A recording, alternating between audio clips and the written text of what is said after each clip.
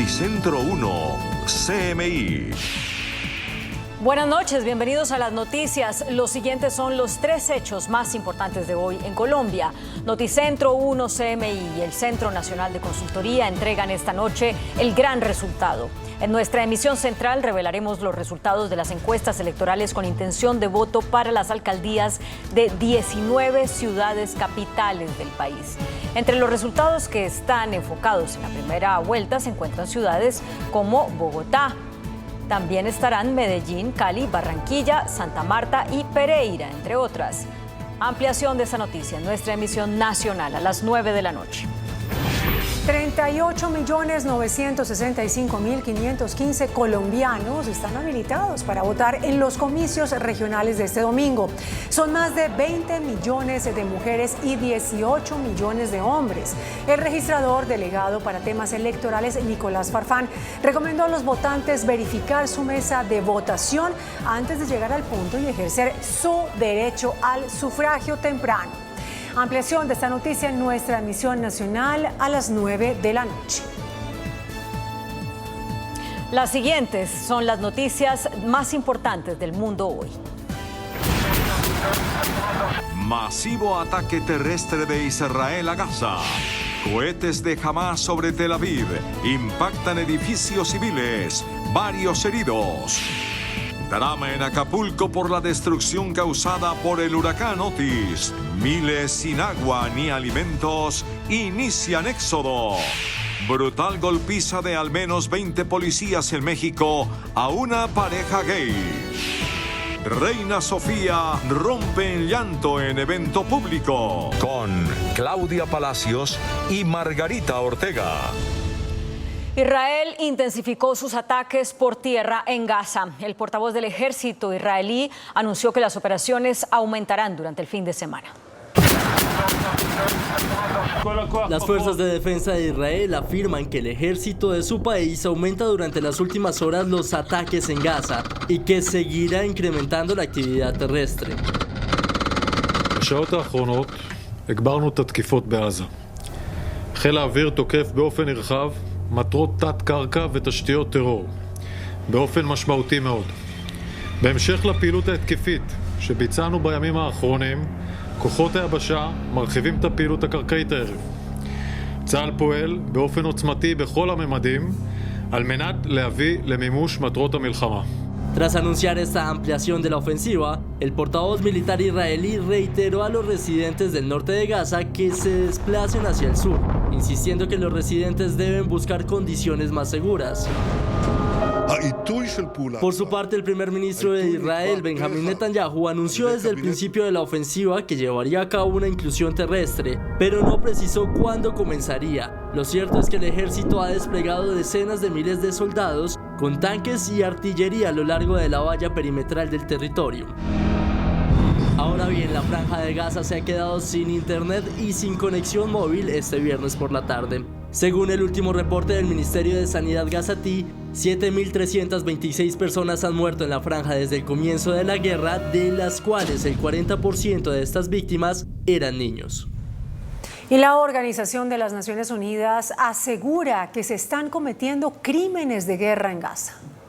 La Oficina de Derechos Humanos de la ONU denunció que se están cometiendo crímenes de guerra en Gaza. El ciclo de venganza y derramamiento de sangre debe parar. Según el último parte del Ministerio de Sanidad gazatí, 7.326 personas han muerto en la franja desde el comienzo de la guerra. De estas víctimas, 3.038 fallecidos eran niños. Compelling people to evacuate in these circumstances, including to places such as the Israeli-designated area of Al-Mawasi, and while under a complete siege, raises serious concerns over forcible transfer, which is a war crime.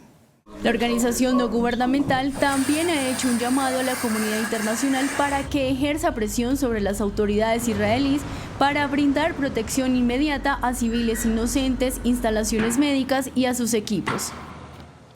Israel reportó un nuevo ataque en su territorio por parte del grupo Hamás. Fue contra un edificio de Tel Aviv. Al menos 3 personas han resultado heridas, una de ellas de gravedad, por el impacto de un cohete lanzado por el movimiento islamista Hamás contra un edificio residencial en Tel Aviv. Las milicias se han atribuido la responsabilidad de este lanzamiento en el marco de una nueva ola de cohetes disparada en las últimas horas contra el centro del país. Al mismo tiempo que se producía este impacto, las autoridades israelíes confirmaron intercepción de un número todavía indeterminado de cohetes lanzados desde Gaza gracias a la activación del escudo defensivo Cúpula de Hierro sobre la zona metropolitana de Tel Aviv. El ejército israelí asegura que Hamas tiene sus cuarteles principales debajo del principal hospital de Gaza, entre ellos el hospital de Al-Shifa, el más importante de la ciudad. Pero la milicia islamita ha negado las acusaciones, advirtiendo que el comunicado de Israel allana el camino para atacar el hospital. Por otro lado, la franja de Gaza se ha quedado sin internet y sin telefonía móvil.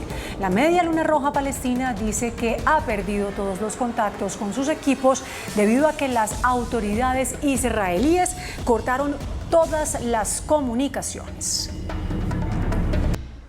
En México, las autoridades trabajan en labores de evacuación de residentes y de turistas que quedaron varados en el estado de Guerrero durante el paso del huracán Otis. Miles de personas están sin techo. Bueno, pues ese es El gobierno de México ha instalado un puente aéreo con vuelos comerciales provenientes de la Ciudad de México para desalojar a quienes se encuentren en Acapulco, entre ellos 31 colombianos. El presidente Andrés Manuel López Obrador mencionó que su gabinete trabaja en una propuesta de apoyo para los sectores más afectados en Acapulco. Se va a hacer una revisión de qué empresas turísticas cuentan con seguro. Vamos a hablar con las aseguradoras para que no demoren los trámites. Por el momento, el número de muertos tras el huracán Otis se mantiene en 27 y 4 personas siguen desaparecidas. El militar colombiano Germán Rivera fue condenado a cadena perpetua en Estados Unidos por el magnicidio en Haití. Es acusado de reunir y adoctrinar a un grupo de mercenarios que acabó con la vida del presidente haitiano Jovenel Moïse. De acuerdo con las autoridades estadounidenses, Rivera reunió a los 28 sicarios, 26 de ellos colombianos, y planeó el asalto a la casa del mandatario el 7 de julio del 2021 en Puerto Príncipe. Por esto recibió la máxima sentencia. El presidente de El Salvador, Nayib Bukele, inscribió oficialmente su candidatura para aspirar a la reelección.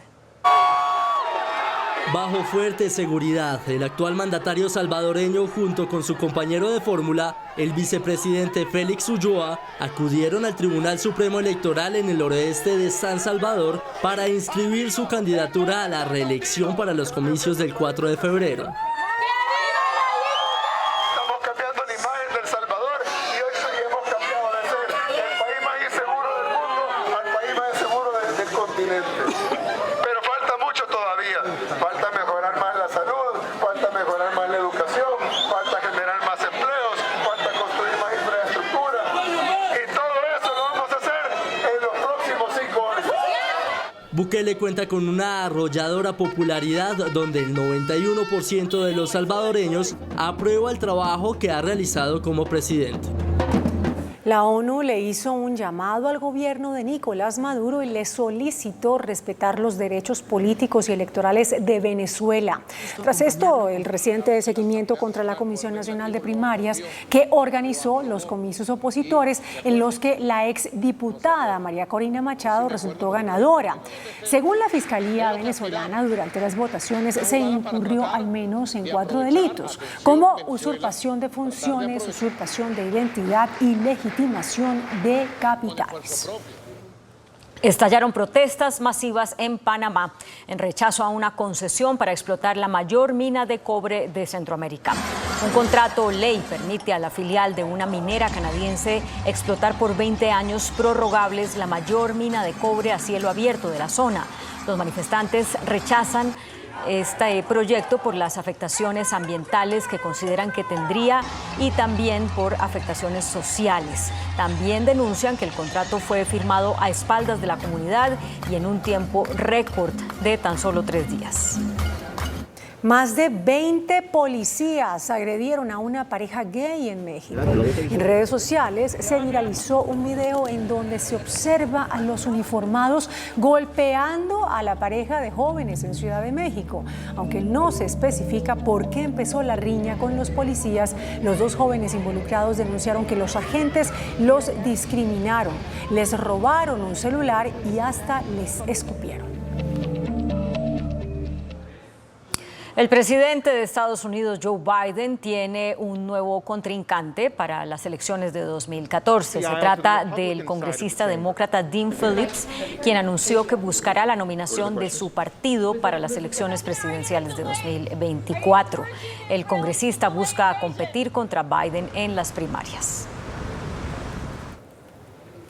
Ivanka, la hija de Donald Trump, deberá subir al estrado. El juez del caso de fraude civil del expresidente dice que la hija del exmandatario deberá testificar en el caso por fraude fiscal que se lleva en contra de su padre. Su testimonio será clave, ya que está entrelazada con la organización de Trump y tiene conocimiento de al menos un préstamo en cuestión. Según un reporte del Defensor del Pueblo de España, 440,000 personas habrían sufrido abusos sexuales por parte de miembros de la Iglesia Católica. De más de 750 páginas sobre los casos de pederastia en la Iglesia Católica, según el documento presentado por el Defensor del Pueblo de España, se estima que 440,000 personas han sufrido algún tipo de agresión sexual en el ámbito de la Iglesia, más de la mitad de ellas agredidas por un sacerdote. Es necesario que la Iglesia Católica adopte compromisos públicos para el reconocimiento de las víctimas, la reparación y lo que sea necesario de forma institucional. El reporte reúne los testimonios de 487 víctimas y recoge los resultados de una encuesta en la que el 1,13% de los españoles mayores de edad revelan que han sufrido abusos en el ámbito religioso y un 0,6% por parte de un sacerdote. Boris Johnson se convierte en presentador de la televisión británica. El ex primer ministro de Reino Unido anunció que moderará una serie sobre el poder del Reino Unido en el mundo en el canal de televisión británico GB News, donde también participará como comentarista sobre temas de actualidad. La reina Sofía de España protagonizó un emotivo momento en público. La reina emérita asistió a la localidad madrileña de Villanueva de la Cañada para presidir el nombramiento del físico Emilio Lora Tamayo como rector honorario vitalicio de la Universidad Camilo José Cela. Allí rompió en llanto mientras hacía la presentación, a lo que el público respondió con un caluroso aplauso mientras la monarca emérita se repuso.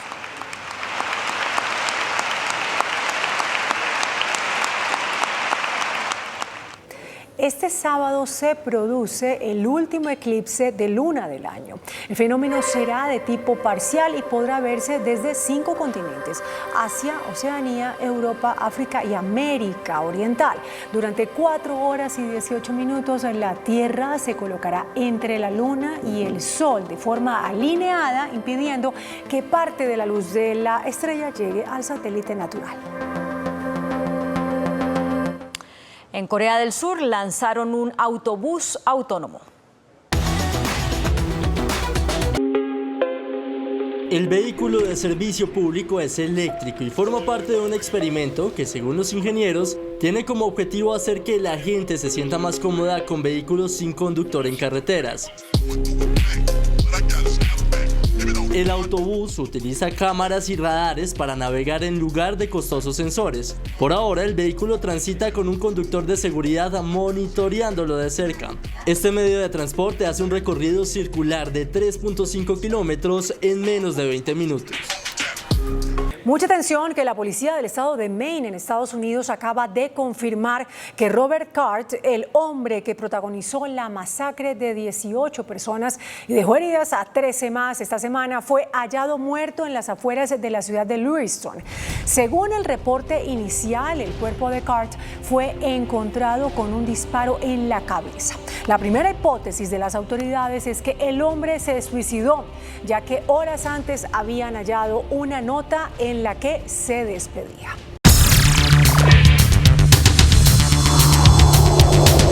Muy buenas noches. Segunda parte de la entrevista con el señor Contralor General de la República, el doctor Carlos Mario Zuluaga. Desde anoche, cuando hicimos la primera parte de la entrevista, reveló el Contralor, solamente con un sí, que sí corremos riesgo de apagón. ¿Cómo es el asunto, señor Contralor? Buenas noches. Miren, aquí el país cada día tiene cifras. Los meses de septiembre y octubre de este año, a pesar de que hemos visto lluvia, quizás la ciudadanía no está consciente de que ha llovido el 50% menos de lo que ha llovido todos los años anteriores. Lo que significa que hoy la capacidad de almacenamiento que podemos tener en nuestros embalses se está reduciendo en un 50%. El país depende en la matriz energética, el 65% de nuestra producción de energía proviene de la energía hidráulica, de lo que hacen nuestros embalses. Si esto, como lo está pronosticando, que las cifras lo están indicando, que va a haber un niño que se va a agudizar hasta julio del otro año, y que hoy que tenemos invierno, se está lloviendo menos, 50% menos que los años anteriores, imagínense lo que va a significar cuando entremos en un verano completo de 0 lluvias con los sistemas de almacenamiento de agua. ¿Qué ocurre ahí? Que podemos tener menos capacidad de producción de energía hidráulica, que tengamos que prender las térmicas que cuestan un poco más y que podamos tener el riesgo que la demanda que se incrementa... Además que las térmicas se mueven con energía. Tal cual, por eso cuestan un poco más. Y que además los proyectos nuevos, por ejemplo, Guajira debía aportar 2.400 megas al sistema interconectado nacional. Hoy hay muchos de esos proyectos que tienen dificultades porque la infraestructura de conectividad de esos proyectos que son de generación alternativa de energía, eólicos, solares, no están hoy conectados al sistema. ¿Hidroituango no ayuda? Hidroituango lo que va a aportar es un 5% más del incremento de energía que el país necesitaría. Con la segunda unidad. Pero además venimos atrasados, recuerden. Ya entró la segunda unidad. La segunda unidad entró, debe entrar. El proyecto como tal nuevo generaría un 5% más de energía, pero ya a mí se nos ha olvidado que el incremento de la demanda de energía del país anual es del 7%. Entonces imagínense, Hidroituango viene con un retraso, aporta el 5%, pero ya tenemos claro que el incremento de la demanda de energía cada año es un 7% más. Entonces tenemos unos embalses reduciendo la capacidad de almacenamiento de agua porque las lluvias están reduciéndose. Hoy en estos 2 meses tenemos un 50% menos de lluvia. Tenemos unas energías térmicas que cuestan un poco más. Tenemos unas tarifas que se han elevado y son ciertas. Nosotros arrancamos el año teniendo el precio del mega en 250, hoy vale 1.200. Hoy vale 1.200. Si los colombianos revisan cuánto le costaba la energía en enero, en la bolsa, cuánto pagaron hoy, ha crecido de 200 a 250 a 1.200 en promedio hoy. Se darán cuenta que han tenido un incremento significativo en el costo de la energía. En la pandemia se dejaron de pagar varios de esos subsidios a las comercializadoras por parte del gobierno. Hoy hay una deuda de 6 billones de pesos a las comercializadoras y hay 1 billón para las generadoras, que son casi 7 billones que está en la cartera del sector. Nosotros inicialmente empezamos a hablar de un apagón financiero, entendiendo que esa crisis pudiera colapsar a las comercializadoras y yo no sé si eso, la consecuencia sea que más adelante sufran de una intervención. Eso es peligrosísimo, me refiero a que no tenga que hay un riesgo sistémico del sector energético del país. Y nosotros hacemos esto con mucho respeto y con el ánimo de que se tomen medidas, de que la institucionalidad funcione. Pero hoy también estamos advirtiendo que hay un riesgo de institucionalidad, viceministros no en propiedad, comisionados de la CRED no designados, y eso de alguna manera tiene una incidencia directa en la toma de decisiones, en la autonomía con la que se debe administrar las decisiones de manera oportuna, porque supongamos que no se tomen hoy las medidas para corregir, que no son solamente mandar a ahorrar energía o no son solamente almacenar agua en albergues o en espacios. Necesitamos tomar medidas para regular el sector, para financiar, para pagar las deudas que tienes, para que los proyectos que están hoy en operación en muchas partes, que ya fueron subastados hace años, puedan entrar a la conectividad, al sistema de interconexión del país, que esa energía entre. Los 2.400 de La Guajira y los otros proyectos que hay en el resto del país que están produciendo o que van a producir una energía se conecten. Necesitamos ejecuciones mucho más rápidas en el sector de energía en el país para que podamos tener toda la capacidad energética abasteciendo la demanda que el país requiere de energía. Pero entonces, señor Contador, cuando en Ecuador, que no está en otro continente sino aquí, unidos a nosotros, anuncia racionamiento de energía como consecuencia de la ola de sequía que viene. Quiere decir que el anuncio suyo, en el sentido de que sí se corre el riesgo de un apagón, no es ni por meter miedo, ni por llenar al país de pánico, sino por decirle la verdad, corremos el riesgo de apagón. Corremos el riesgo de que si no se toman las medidas ahora, se financia, puede parar un apagón. Es que imagínense, hoy las proyecciones y los cálculos que tiene el ministerio dan que si el fenómeno del Niño se comporta como está pronosticado, estamos así, no vamos a tener problemas. Pero supongamos que se incremente y se agudice un poco más. ¿Qué pasa con esa demanda de un 3, 4, 5% más de energía cuando no la tengamos? ¿De dónde la vamos a sacar? Lo que estamos diciendo hoy, reaccionemos rápido para que los sistemas de infraestructura que deben conectar los proyectos que ya están hechos se hagan rápido. ¿Cuáles, señor Contador? Los proyectos de La Guajira son 2.400 megas. Y quietos, congelados. Hay muchos que ya están terminados, pero no pueden conectar la energía porque la infraestructura que se debía construir para hacerlo, bueno, ya va un año del gobierno, ya no se puede seguir hablando que son retrasos de los otros gobiernos. Aquí hay un año y nosotros de manera respetuosa hemos dicho necesitamos que el sector se comporte con más velocidad. Es decir, digamos, el sistema eólico, el sistema solar no está funcionando como debería. No están conectados al sistema como debería, sí señor. Y hay en otras regiones del país otros proyectos que ahora no tengo los nombres, que también fueron en su momento subastados, el gobierno lo hizo, proyectos donde hay inversión privada, que ya están los proyectos listos y hay dificultades para que esos proyectos también entren al sistema. Pero entonces, mire, Contralor, ¿qué hace el país? El gobierno, a través del señor ministro de Minas, ha dicho y reiterado y ratificado que no hay riesgos de apagón. El señor Contralor General de la República en funciones ha dicho, sí hay riesgos de apagón. Claro, si tenemos un comportamiento distinto de cualquier indicador, cualquier variable, el riesgo se incrementa. Por eso, entonces, ¿el país qué hace? ¿A quién le cree? Creamos a que no ocurra una desgracia de esta, porque sería terrible que no ocurra. Deseamos. Por eso, deseamos que no ocurra una desgracia de esta. Sí hay riesgo. Si hay riesgo, por supuesto que lo hay. ¿Y qué medidas deben tomarse ya para que el ministro de Minas lo escuche? Mira, aquí hay unas medidas en el corto plazo.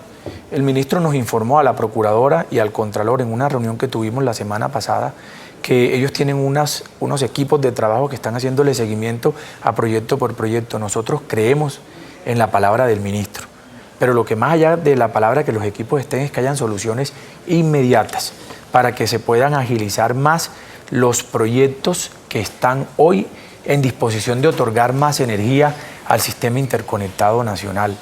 Pero mire, Yamira, que hay otro tema que tenemos que mirar a mediano plazo de esto. Yo le decía ahorita que el incremento de la demanda de energía del país energética anualmente es un 7% más.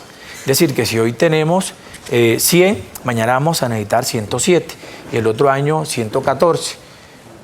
Si el país, que apenas está resolviendo los problemas que hemos tenido con Hidroituango, no plantea para el mediano plazo nuevos proyectos de generación de energía, no viabiliza el ejercicio de cooperación público-privada para que otros proyectos entren, para que utilicemos la regulación que tiene el sector. ¿Usted sabe qué puede pasar en 8 años o en 7 años al país?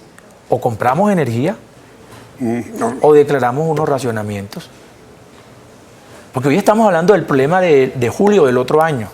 Del racionamiento. Estamos hablando hoy de eso. Pero la planeación... Perdón, estamos hablando del riesgo. Del riesgo del racionamiento inmediato. Para julio del próximo... Porque estamos diciendo, hay unos proyectos que ya se adjudicaron, unos que están listos, no están conectados. En 6 meses. Así es. Pero también le estamos diciendo al ministro que como cabeza del sector tiene que plantear claramente cuál va a ser la estrategia a mediano plazo que va a construir este gobierno para que esa demanda de energía que cada año el país tiene y que hemos ido resolviendo, porque nosotros somos un país con autosuficiencia energética.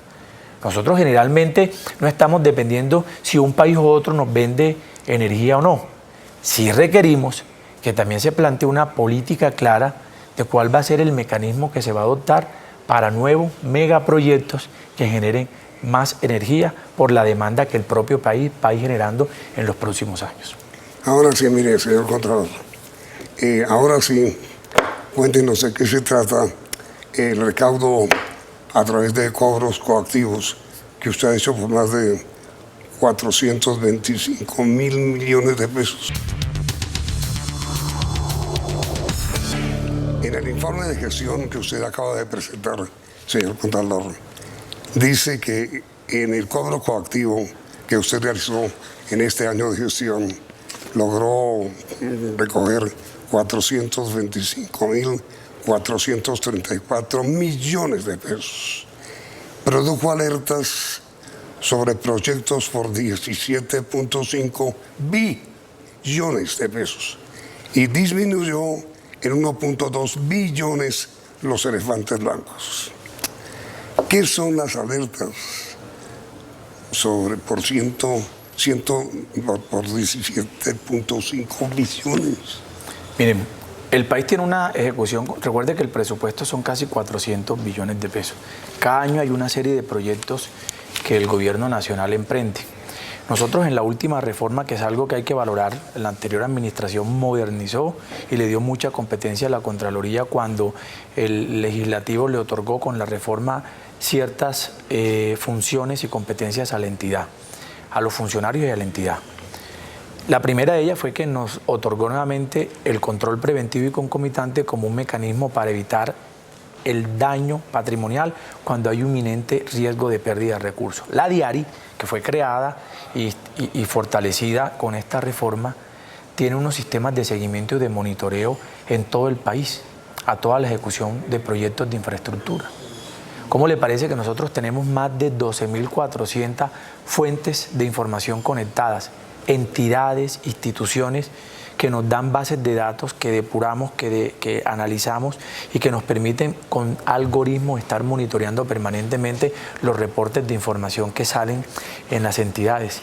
Y la DIARI alertó durante todo este semestre y hasta la fecha más de 17 billones de pesos en riesgo por proyectos de infraestructura que se están ejecutando, puentes, colegios, y esas alertas las trasladamos a las contralorías delegadas o las trasladamos a las entidades para que tomen correctivos inmediatos. ¿Qué evita eso? Que el proyecto no siniestre. ¿Y ya lo hicieron? Ya lo hicimos.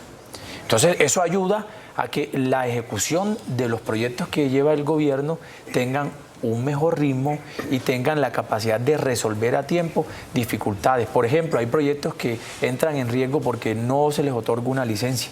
Pues llamamos a la ANLA para que entregue la licencia, para que revise, para que esté todo en orden. Y así lo hacemos con todos los... Ahora mire, Contralor, usted denunció ayer que las CPS en Colombia no están funcionando como deberían. Y en parte de su informe de gestión, usted denunció también un espantoso manejo, espantoso adjetivo mío, en el manejo de las regalías. ¿Qué pasa en Colombia con eso, con regalías? Aquí ha habido mucho ruido, puede decir uno primero con lo de los regalías y los OCAP-PAS. Al informe al que nos referimos es que terminada la auditoría se encontró riesgos o hallazgos fiscales por valor de 222 mil millones de pesos. 100 mil de ellos corresponden a proyectos muy mal ejecutados por parte de los contratistas o los operadores. Aquí lo que nos estamos refiriendo es que una... 100 mil millones. 100 mil millones de pesos de los recursos desperdiciados en regalías. En regalías, por ejemplo, encontramos 88 plantas de tratamiento o potabilización de agua que debían servir en San José del Guaviare y no sirvieron. Pero miren, además, yo lo conté hoy, esas 88 plantas tenían un sobrecosto entre el 300 y el 500%. Es decir, que con esos 34 mil millones de pesos se podían básicamente hacer 250. Se hicieron 88. Pero eso, corrupción absoluta. Ahí sí hay un hecho en el manejo de regalías. Nosotros estuvimos visitando presencialmente cuando proferimos el fallo, esas plantas, ninguna funciona. Los tanques de almacenamiento, la conducción del agua, las motobombas, nada.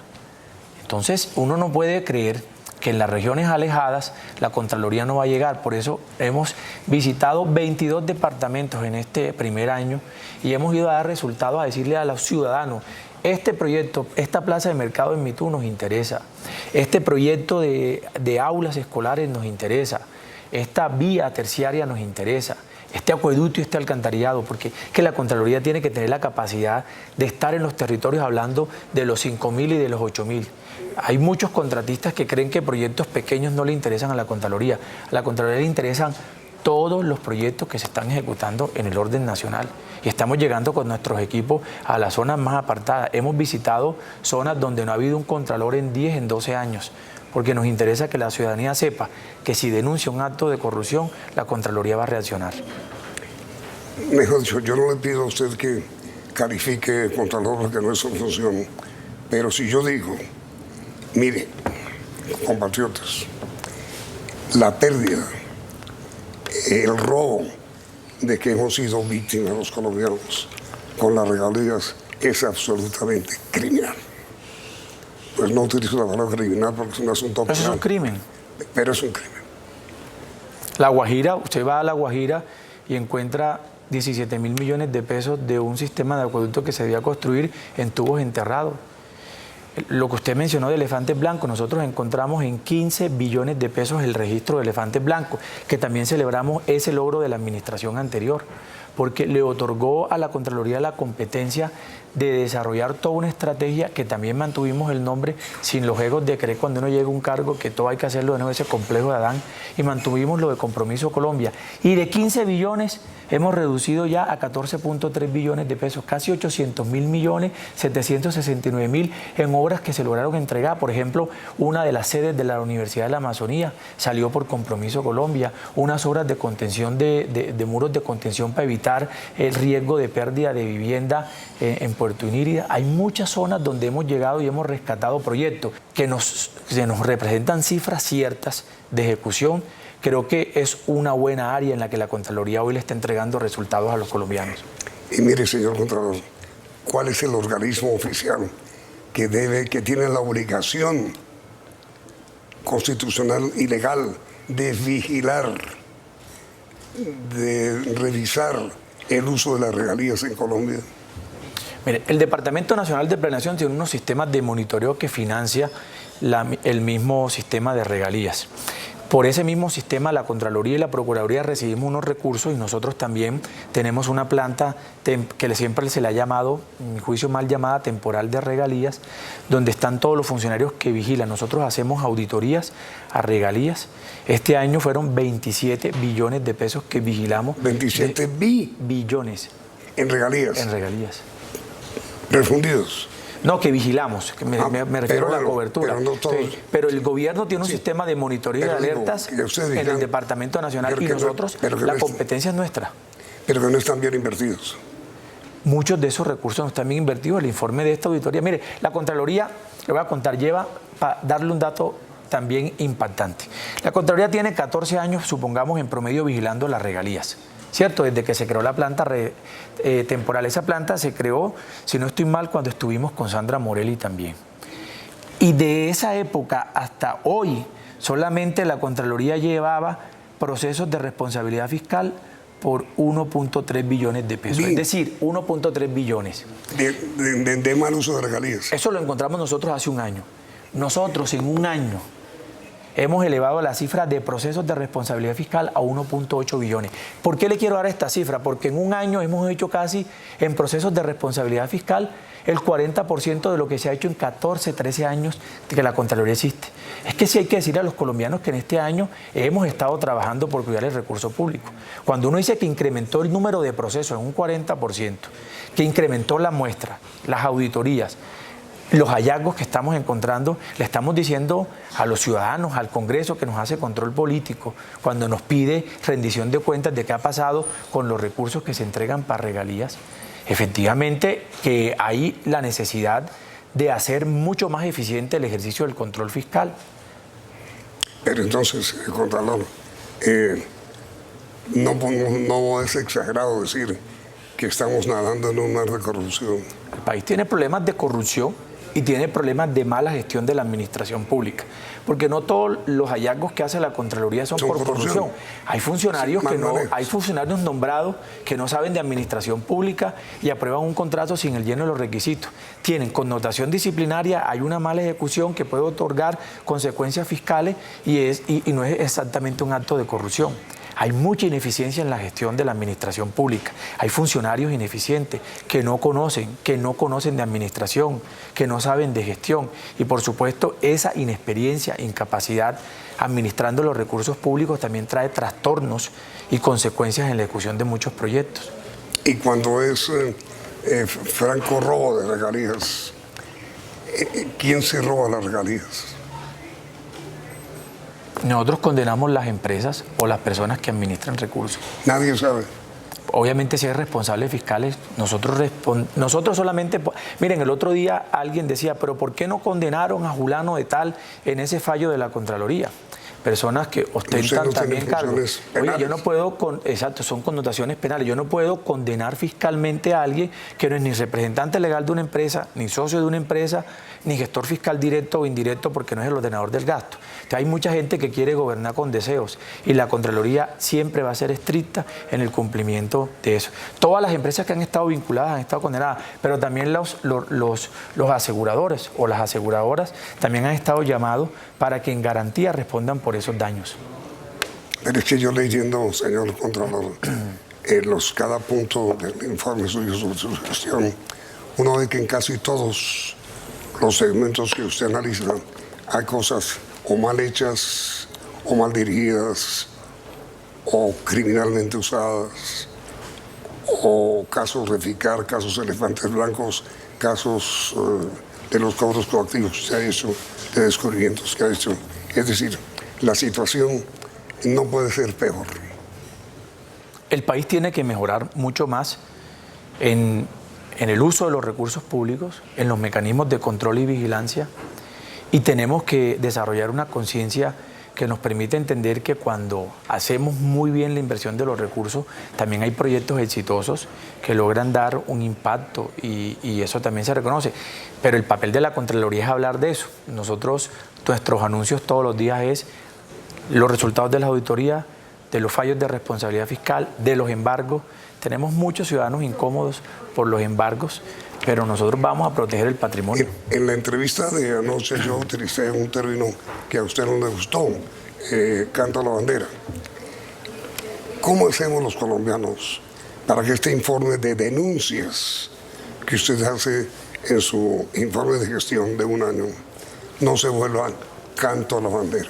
Necesitamos que sigan denunciando cualquier ciudadano. Nosotros tenemos una línea que es la 193. No, pero no hablo de denuncias, hablo de medidas contra las anomalías y las irregularidades que usted hace. Lo que tenemos que hacer es que quienes ejercen estos cargos no tengan miedo de tomar decisiones, porque lo va a cuestionar un medio de comunicación. ¿Y esto por qué no va a la Fiscalía? No, nosotros trasladamos, recuerden que cuando terminamos una auditoría también tenemos hallazgos penales que se trasladan a la Fiscalía y se le hace seguimiento. ¿Y este informe de gestión va a la Fiscalía? Cada semestre que terminamos una auditoría y se consolidan los hallazgos, se envían los documentos de trabajo y se envían, por ejemplo, nosotros recibimos permanentemente visitas de la Fiscalía por documentos de trabajo a la Contraloría. Hay un trabajo armónico entre la Fiscalía, la Procuraduría y la Contraloría, entre los órganos de control y en este caso la Fiscalía, que tiene la jurisdicción, digamos, es un órgano jurisdiccional que administra la justicia. Nosotros creemos que es necesario mantener esa relación armónica entre los órganos de control. Aquí hay que hacer, miren, nosotros nos han dicho, ¿usted no les da miedo estar embargando tanta gente, tantas empresas? Nosotros hasta vamos a hacer uso del levantamiento del velo corporativo. Eso también lo hicimos con Carlos Hernán Rodríguez. No nos dio miedo expedir la resolución interna para decir si el Estatuto Anticorrupción, aquí no hay que expedir más normas ya. ¿Ese velo corporativo lo van a levantar? Claro que sí, a las empresas que tengamos evidencias que están utilizando la empresa como fachada para mover recursos, lo estamos haciendo. Lo estamos haciendo. Fíjese que ya la medida fue demandada en la Corte. ¿Y por qué fue demandada?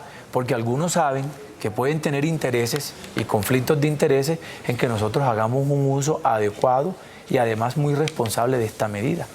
Ojalá esa demanda no prospere, porque además no se ha usado con irresponsabilidad, se usa en los casos que corresponde.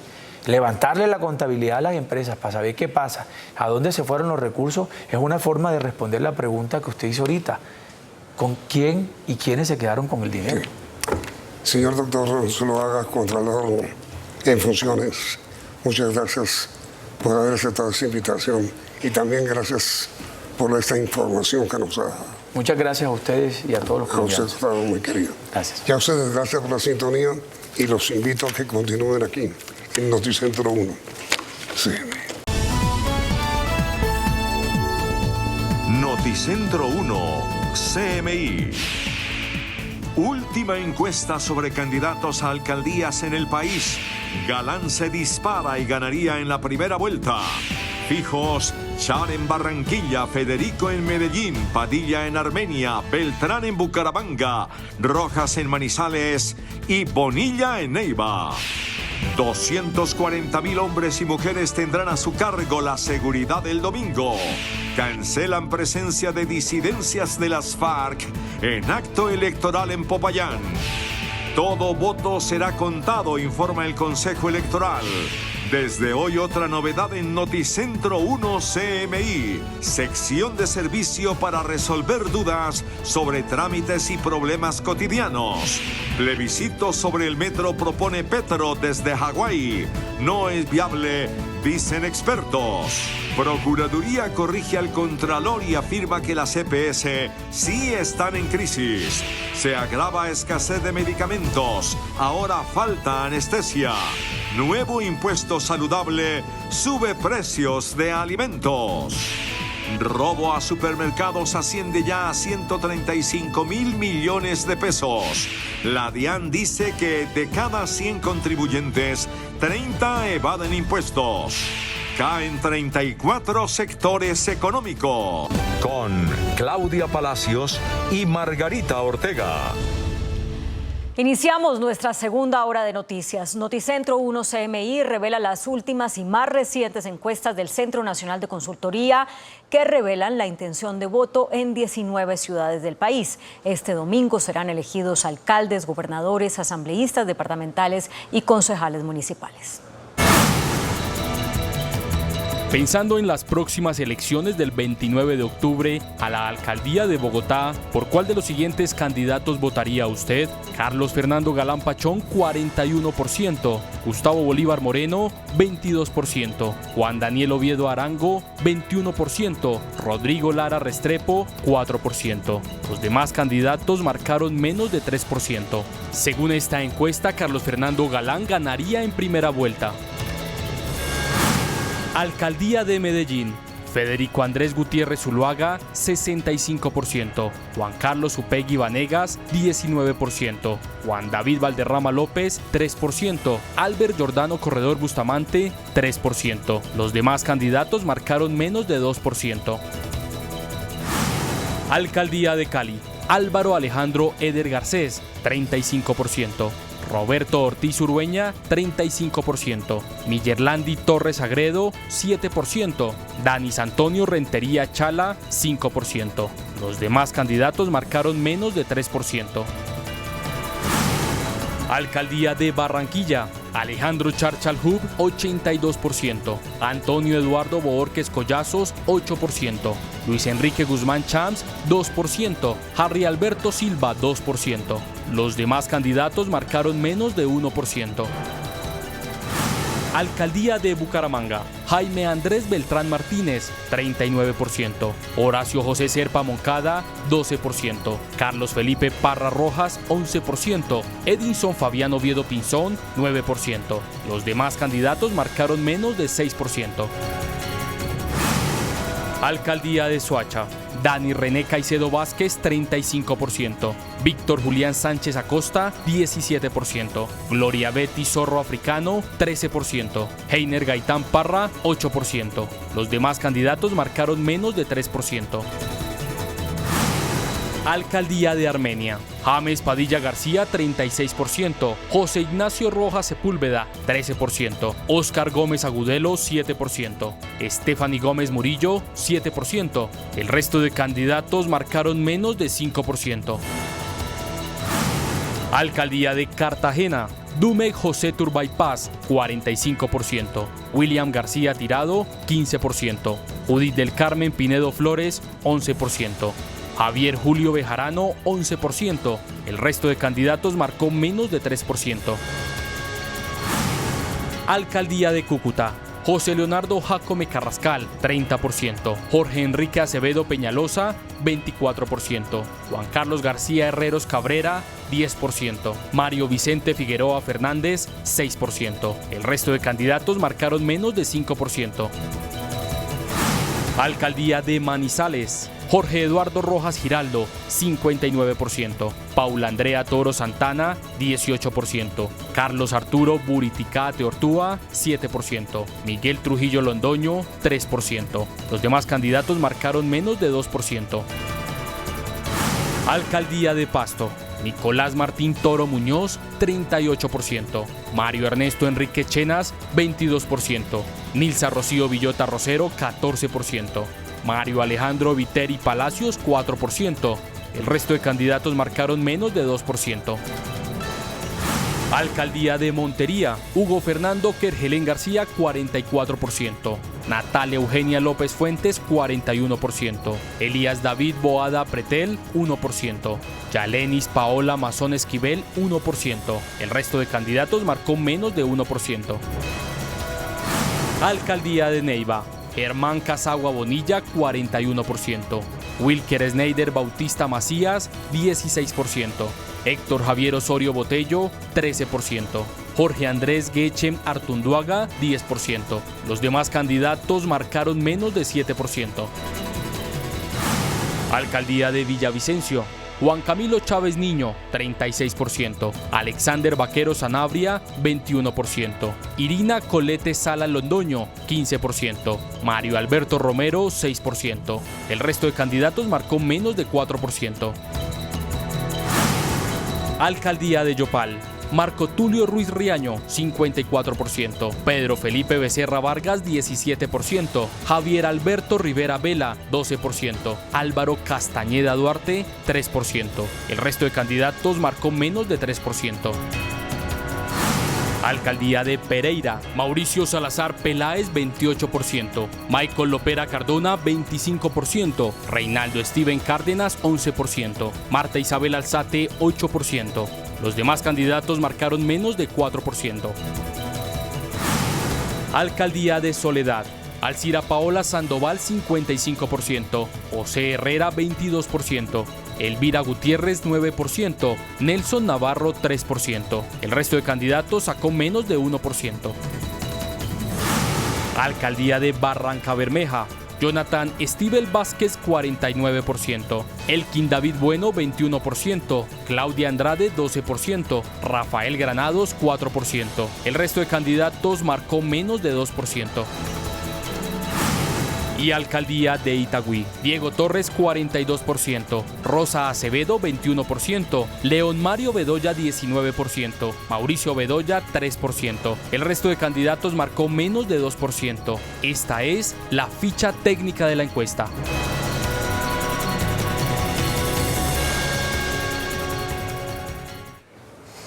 $38.965.515 colombianos están habilitados para ejercer su derecho al voto en las elecciones regionales del domingo. El registrador delegado para temas electorales, Nicolás Farfán, explica los detalles de la jornada. De los 38.965.515 colombianos que contempla el censo electoral, 20.027.815 son mujeres, 18.937.700 son hombres. Según la registraduría, hay 119.875 mesas de votación, ubicadas en 12.922 puestos. Se puede votar con cualquiera de las modalidades de la cédula de ciudadanía, la amarilla con hologramas, la digital en físico, la digital en los dispositivos móviles. La mayoría de los puestos están en zonas rurales, con 7.318, mientras que en los sitios urbanos hay 5.604. Se crearon 660 nuevos puestos en relación a las anteriores elecciones. Más de 128.000 personas se postularon como candidatos, de ellos la mayoría son hombres, con el 61%, mientras que en el 39% de los casos son mujeres, con más de 50.000 candidaturas. Que voten temprano, que voten a conciencia, que no se dejen comprar el voto y que dejemos de creer las mentiras de las redes sociales. Debemos construir confianza en las instituciones. 246 personas se postularon a la gobernación, 3.733 a asamblea, 6.108 a alcalde, más de 100.000 personas a los consejos y más de 14.000 en las juntas administradoras locales. Tenemos que escrutar alcalde, gobernador, consejo, asamblea y JAL. En ese orden, los primeros resultados que se conocerán serán los de alcalde y esperamos que sea lo más rápido posible. Pero para que sea rápido y efectivo también necesitamos la colaboración de los jurados de votación. Se les ha dado las instrucciones en las capacitaciones de cómo diligenciar los formularios y pedimos que se ciñan a esas instrucciones. La registraduría citó a más de 831.000 jurados y ya capacitó a más de 500.000, es decir, más del 60%. En la dirección de la Policía Nacional fue instalado este viernes el puesto de mando unificado para las elecciones regionales. 240.000 hombres y mujeres de la fuerza pública custodiarán la jornada democrática en el territorio nacional. Bajo un aplicativo creado por policías para policías, se custodiarán las elecciones de este 29 de octubre desde la Sala Estratégica de la Policía Nacional en el occidente de Bogotá. En diálogo con Noticentro 1 CMI, el coronel Jaime Torres, quien es el jefe tecnológico de la dirección de la policía, contó detalles de cómo están desplegados los uniformados a nivel nacional. Del total de puestos de votación, 12.922, hay 7.716 a cargo de la Policía Nacional de Colombia, 4.394 por parte del Ejército Nacional, 517 Armada Nacional de Colombia y 4 puestos en el INPEC, Instituto Nacional Penitenciario. En algunos puestos de votación habrá presencia mixta entre fuerzas militares y policía. Hay 289 puestos mixtos en los que están participando no solamente una fuerza, sino que está, por ejemplo, Policía Nacional con Ejército o Policía Nacional con Armada Nacional. Ministerio del Interior, Ministerio de Defensa, Procuraduría, Defensoría y la Registraduría estarán presentes en este lugar. Las unidades militares ya hacen presencia en el Plateado, en el departamento del Cauca, zona reconocida por ser el corazón de las operaciones de las disidencias de las FARC. Esta es la primera imagen que queda para la historia de las comunidades del Plateado, municipio de Argelia, luego de tantos años sin tener el Ejército Nacional. En esta oportunidad serán los encargados de custodiar el casco urbano durante las elecciones del próximo domingo 29 de octubre. Ya tenemos tropas de nuestra Fuerza de Despliegue Rápido 4 en el casco urbano del corregimiento del Plateado. Son 164 soldados profesionales que fueron seleccionados desde distintas unidades militares como los mejores para frenar el accionar de los Gaor que hacen presencia en la zona. Vamos a permanecer. Luego de un cruce de comunicados, los integrantes de las delegaciones de paz del gobierno y del llamado Estado Mayor Central de las FARC no estarán presentes en ningún evento electoral de este domingo. En un primer momento se había anunciado que estarían en Popayán y en el Plateado los representantes de las dos delegaciones. Ante la polémica, se canceló cualquier desplazamiento de estas fuera de Bogotá. Este fue el primer comunicado en el que las dos delegaciones de paz anunciaban que estarían en Popayán durante el evento de apertura del proceso electoral de este domingo. Llovieron rayos y centellas sobre el anuncio. Desde el ministro de Defensa hasta el propio presidente Petro saltaron a rechazar la posibilidad de que el EMC estuviera presente en cualquier evento de carácter electoral. Ni el comisionado de paz ni el gobierno nacional han dado autorización alguna para que el EMC participe en actos de apertura al proceso electoral en ninguna parte del país. Autoridades electorales negaron haberlos invitado. Anuncian que no es cierto que la organización electoral los haya invitado a la instalación de las elecciones territoriales de este domingo 29 de octubre. Mientras esto sucedía en las redes, en el occidente de Bogotá, donde se reúnen las dos delegaciones, todo hervía y ya se buscaba un acuerdo para cancelar el viaje a Popayán y a El Plateado en el Cañón del Micay. El jefe de la delegación de paz del gobierno hizo el anuncio. Sí, hemos tomado la decisión de concentrarnos de manera completa en el trabajo de la mesa sin ningún desplazamiento adicional. Su contraparte en la mesa, sin embargo, rechazó lo que califica como militarización del plateado. Está demostrado que los problemas de todas estas regiones no se resuelven con militarización ni se resuelven con la fuerza o con la violencia. Se resuelven hablando, consensuando, consultando con quienes viven en los territorios porque son los que conocen la realidad. Las dos delegaciones se concentrarán en terminar de elaborar los protocolos de funcionamiento de la mesa de conversaciones instalada el 16 de octubre en Tibú. Este domingo todos los votos serán contados, incluso los de candidatos revocados. Así lo aclaró el Consejo Nacional Electoral. Ante la incertidumbre por los candidatos revocados que aparecerán en el tarjetón, la orden a los jurados es que todos los votos se contabilicen, pero serán las comisiones escrutadoras las que definirán si son o no válidos antes de declarar la elección. Nosotros hemos designado nuestros escrutadores en todos los departamentos, quienes a su vez tienen la responsabilidad de validar los votos. Los electores se encontrarán en el tarjetón con candidatos revocados como Rodolfo Hernández y Tulio Gómez, pero también con candidatos como Jorge Agudelo en Santa Marta, quien sigue en la contienda amparado por tutela. Jorge Agudelo está habilitado, Jorge Agudelo se le contabilizarán y se le sumarán los votos. Son más de 2.000 candidatos revocados hasta el momento. La Procuraduría General de la Nación suspendió al gobernador del Quindío, Roberto Jaramillo, por presunta participación en política. La suspensión es por 3 meses y se produce por el presunto respaldo de Jaramillo al candidato Juan Miguel Galvis del partido Creemos. El candidato a la alcaldía de Santa Marta, Jorge Agudelo, aclara información sobre la solicitud de revocatoria de su inscripción. En un mensaje dirigido a Noticentro 1 CMI, la doctora Ingrid Joana Aguirre, representante legal del partido Fuerza Ciudadana, solicita rectificar la nota publicada por este noticiero, en el sentido que el Consejo Nacional Electoral había revocado la candidatura a la alcaldía de Santa Marta del doctor Jorge Agudelo, candidatura que sigue vigente.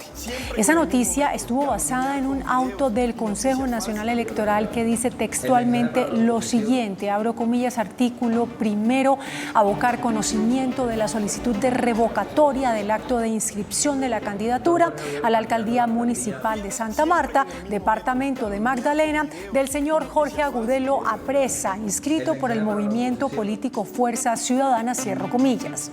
El CNE en el documento le dio un día de plazo al doctor Agudelo para que presentara su argumentación en ejercicio del derecho a la defensa. Dice el Consejo Nacional Electoral que desconoce los datos de notificación de la inscripción de su candidatura. Esta resolución fue el sustento de la nota publicada por Noticentro 1 CMI. Cuando se produzca la decisión de fondo, la comunicaremos.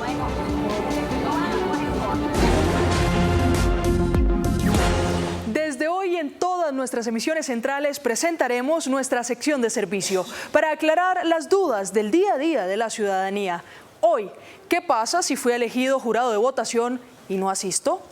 Puede ser sancionada con multa hasta de 10 salarios mínimos impuesta por la Registraduría Nacional del Estado Civil. La recomendación es que las personas ingresen a la página de la Registraduría en el link de jurados de votación y si aparecen designados ahí les aparecerá la mesa y el puesto donde deben prestar el servicio. Convocar a un plebiscito para modificar el metro de Bogotá, propuso el presidente Gustavo Petro. El mandatario le abrió la puerta a una consulta para que sean los capitalinos los que definan el futuro de la megaobra. El presidente Gustavo Petro no desiste en su intención de soterrar una parte de la primera línea del metro. Puede haber plebiscitos, pueden haber consultas, pueden haber elecciones, que ya pues obviamente están convocadas. Puede haber asambleas populares, la gente puede decidir sí qué quiere. Y reiteró su interés en financiar el 100% del proyecto. Proponemos aumentar del 70% al 100% la financiación de los tramos subterráneos. Presidente, el plebiscito sobre el futuro de Bogotá y el metro es este domingo en las urnas. Los bogotanos escogerán entre quienes quieren parar el metro o los que no proponen parar nada sino construir sobre lo construido y mejorar. Expertos en derecho electoral advirtieron que el plebiscito propuesto por el presidente Petro para definir el rumbo del metro de Bogotá no es el mecanismo más viable para ejecutar esa propuesta. Consultar a los ciudadanos sobre si desean un metro subterráneo como pide el presidente Petro o uno elevado como lo contrató la alcaldesa Claudia López no sería asunto de un plebiscito. El mecanismo adecuado es la consulta popular, donde se les consulta a los ciudadanos de Bogotá sobre el futuro del metro. Y el competente para hacer la convocatoria o es la ciudadanía o es el alcalde de la ciudad. Está por definir si la propuesta del presidente se relaciona con una iniciativa de consulta de carácter local o si la convocatoria se extendería también a la comunidad a nivel nacional. La procuradora delegada para el sector salud, Diana Ojeda, aseguró que las EPS sí están en crisis, contrario a lo que afirma el Contralor General Carlos Mario Zuluaga. Esto sentenció el Contralor en las últimas horas. Por lo tanto, hablar hoy de financiación de las EPS es casi que imposible. Con el debido respeto, yo creo que al señor Contralor encargado le informaron mal. La procuradora delegada advierte que hay deudas billonarias con las entidades promotoras de salud que deben atenderse para evitar más afectaciones en la garantía del derecho a la salud de los colombianos. Entonces es tratar de ahorcarlas por todos los lados, perdone la palabra, para ver cómo las intervienen, para ver cómo las liquidan y estar creando esa crisis para abonar el terreno para un modelo de salud pública que cursa en el Congreso. La escasez de medicamentos está afectando los tratamientos hospitalarios y ambulatorios. Eso dicen las IPS del país. Algunas cirugías han tenido que ser reprogramadas. También hay afectaciones en los tratamientos hospitalarios y ambulatorios por la escasez de medicamentos. ¿Cierto? O sea, salas de cirugía, por poner un ejemplo. Tenemos problemas, ¿cierto?, en componente de UCIs, ¿cierto? Medicamentos para pacientes UCI, medicamentos para paciente pediátrico, medicamentos de salud mental. Y yo pregunto y yo veo que en las droguerías y al mismo tiempo en los hospitales lo que tenemos son medicamentos. El desabastecimiento se ha agudizado en los últimos 2 años, aseguran las IPS del país. En otras noticias, en un hecho aislado fueron asesinados 3 militares en una vereda de Tierra Alta, Córdoba. Las víctimas cayeron en un campo minado. Los uniformados que perdieron la vida fueron identificados como Dagoberto Martínez, Gilberto Ramos y Wilmer Chindoy. El Ministerio de Trabajo pone la lupa a amanecederos que se hacen pasar por sindicatos. Autoridades encontraron licor adulterado y microtráfico al hacer una labor de inspección.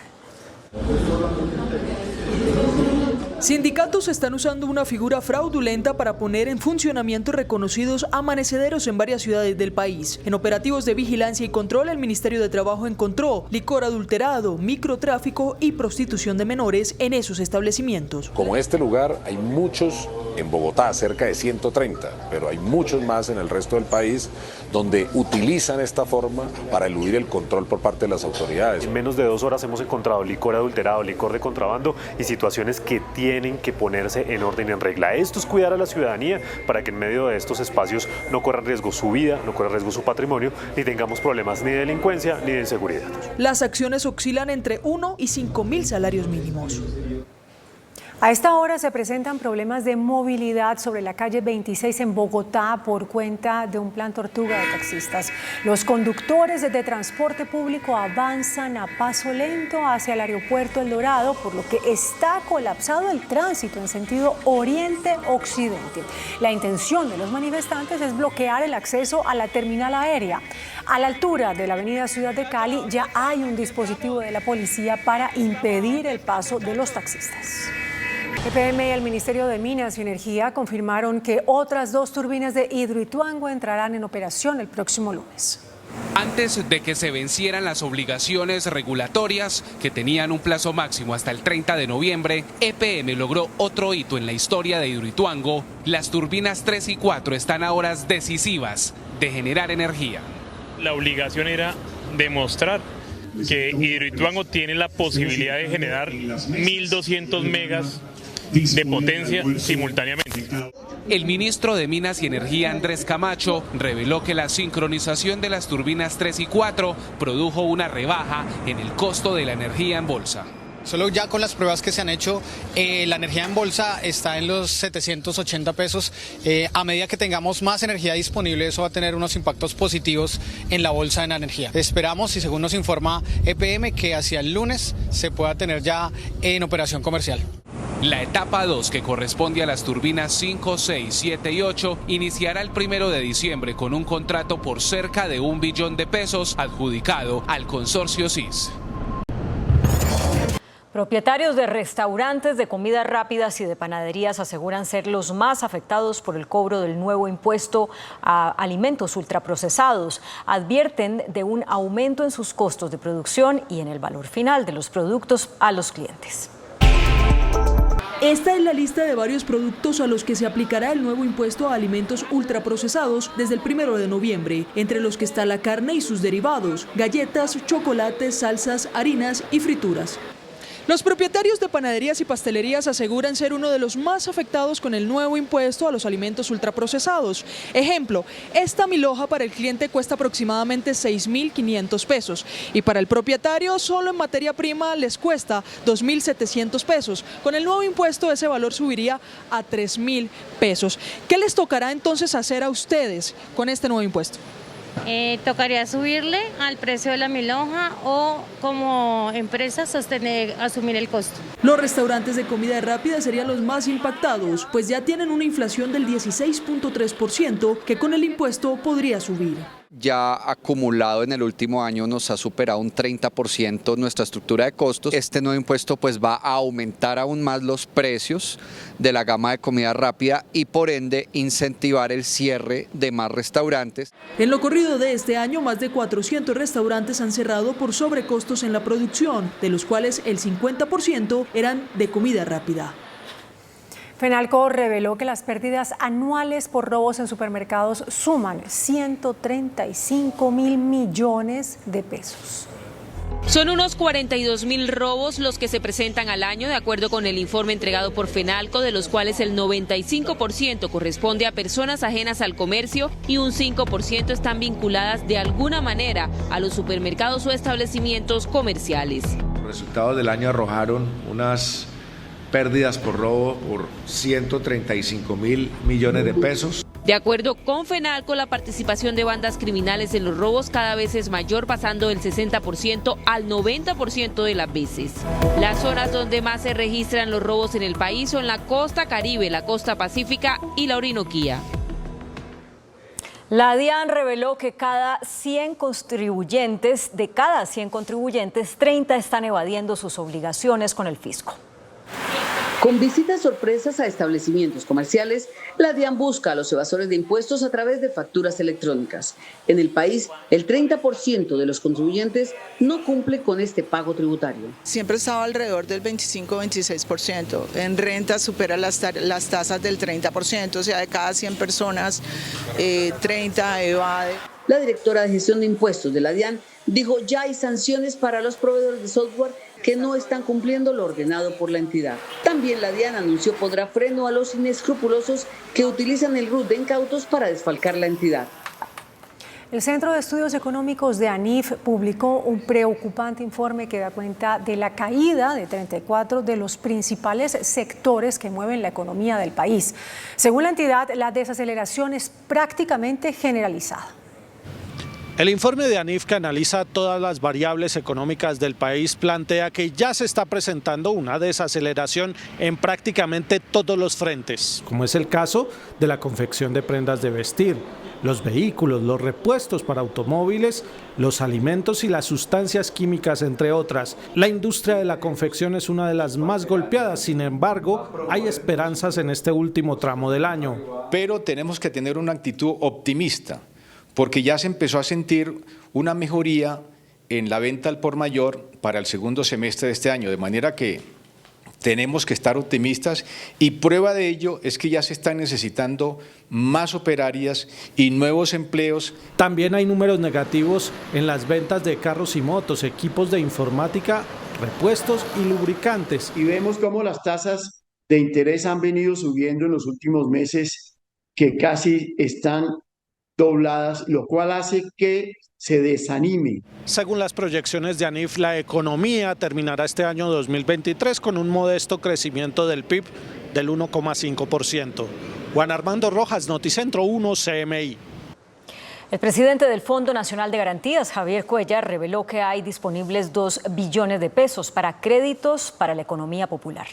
A través de los seguros masivos. Para este año el Fondo Nacional de Garantías entregará 200.000 créditos para la economía popular. Micronegocios, tiendas de barrio, talleres, modisterías, carpinterías, entre otros, podrán acceder a la línea de créditos desde 1 millón de pesos con garantías hasta del 70%. Se tendrá un cupo cercano a los 2 billones de pesos. Nosotros lo que queremos hacer es llevar el crédito formal para que al cuestión de 4, 5, 6 años, muchos de ellos escalen la pirámide productiva y puedan ser pequeños y medianas empresas, y eso genera de cierta forma a cerrar brechas a nivel de, digamos, de diferencia de equidad. El funcionario sostuvo que la Junta Directiva ya aprobó para el próximo año más de 400.000 créditos. Las cooperativas serán parte de los desembolsos con tasas de interés preferenciales. Tocar las puertas de su microfinanciera, de su cooperativa, de su banco de nicho, de su banco comercial de confianza, porque estos intermediarios ya saben que existen las garantías. Con este modelo se espera reactivar la economía, pero sobre todo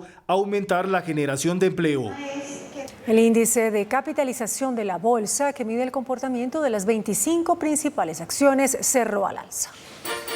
El índice selectivo MSCI Colcap de la Bolsa de Valores de Colombia subió 0,91% a 1.093 puntos. La acción de Interconexión Eléctrica ISA fue la que más subió, con una valorización de 4,2% a 14.400 pesos. La acción de la inmobiliaria PEI fue la que más bajó, con una pérdida de 3,74% a 50.480 pesos. También la acción de Interconexión Eléctrica ISA fue la más negociada de la jornada, al movilizar más de 4.689 millones de pesos. Y el dólar cerró a la baja. Indicadores económicos en Noticentro 1, CMI. La tasa representativa del mercado, que regirá hasta el próximo lunes, será de 4.120 pesos con 62 centavos. Los profesionales del cambio compran la divisa en promedio en 3.950 pesos y la venden en 4.010 pesos. Un euro cuesta 4.368 pesos con 90 centavos. La libra de café en Nueva York se cotizó a $1.60. El azúcar se transó en 27,40 centavos de dólar la libra. El barril de petróleo WTI se cotizó en $85.16. La referencia Brent para Colombia se cotizó en $90.44. Una acción de Ecopetrol cuesta 2.470 pesos. Hasta aquí Noticentro 1, CMI.